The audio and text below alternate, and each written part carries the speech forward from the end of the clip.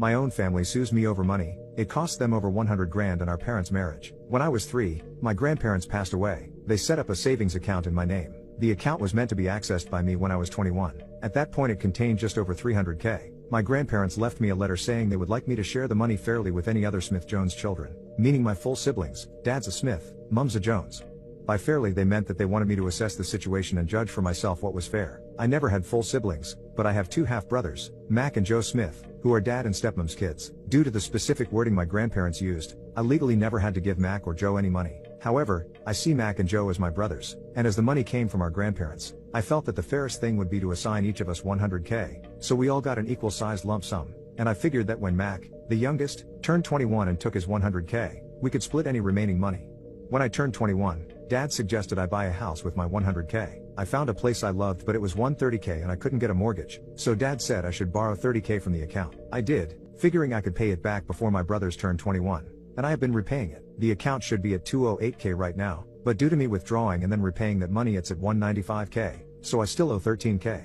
Joe turned 21 recently, and as I was giving him his 100k, Joe noticed that there was less in the account than there should be. I explained and said I was going to put it all back before Mac, now 19, turns 21. Joe told Mac and both boys said I stole from them and owed them the full 13k back plus 3 grand of interest that they felt they would have gotten, and they wanted it all paid by this summer, which gave me less than 6 months to bring the account up to 211k.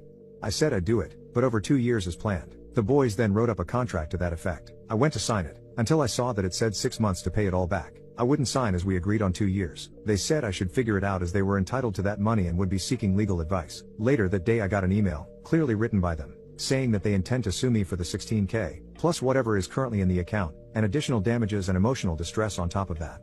At this point in time, I'd given Joe about 50k of his 100k, because he wanted it in installments. I responded that legally, they were never entitled to any of it, and given their attitudes, I'd say they've already received an amount I deem fair, so that 50k was all they were getting. I then got a barrage of texts, calls, and emails yelling at me for going back on our deal. I blocked them. They then took to social media, saying that I was trying to screw them out of their inheritance and rallying our extended family into harassing me over this, and it mostly worked as a lot of people messaged me. However, I got a message from this guy called Chris Smith. Chris said he was 27, and claimed to be my half-brother. I had never met him before, but he sent me photos of him as a kid with our dad, grandparents, and me. He showed me that he also had an account with 150k in it, and a scan of a letter from our grandparents, saying this money was meant to be shared fairly among Dad's illegitimate children.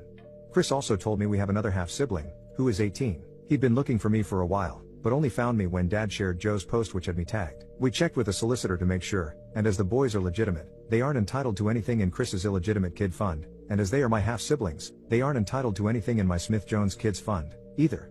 I sent the boys a letter formally telling them to back off, stop posting about me online, and enjoy the 50k because it's all they're getting. The day they received the letter, Chris got a message from Dad, asking if the boys can have some of Chris's fund. Chris also said no, and told Dad we'd met. I told Mac and Joe about Chris and our other half-sibling, with Chris's permission. So it looks like my grandparents, knowing about Chris before they passed, set up 2 funds. One for the kids Dad had with my mother, who was still his wife when they passed, and one for children born out of Dad's affairs, presumably to make sure no one tried to screw anyone else over out of hurt feelings.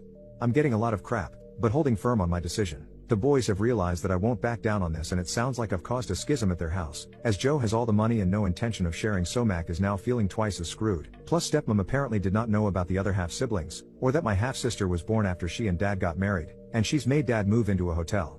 It sounds like Dad is looking for a long-term living arrangement outside of the family home because it looks like she is not letting him move back in.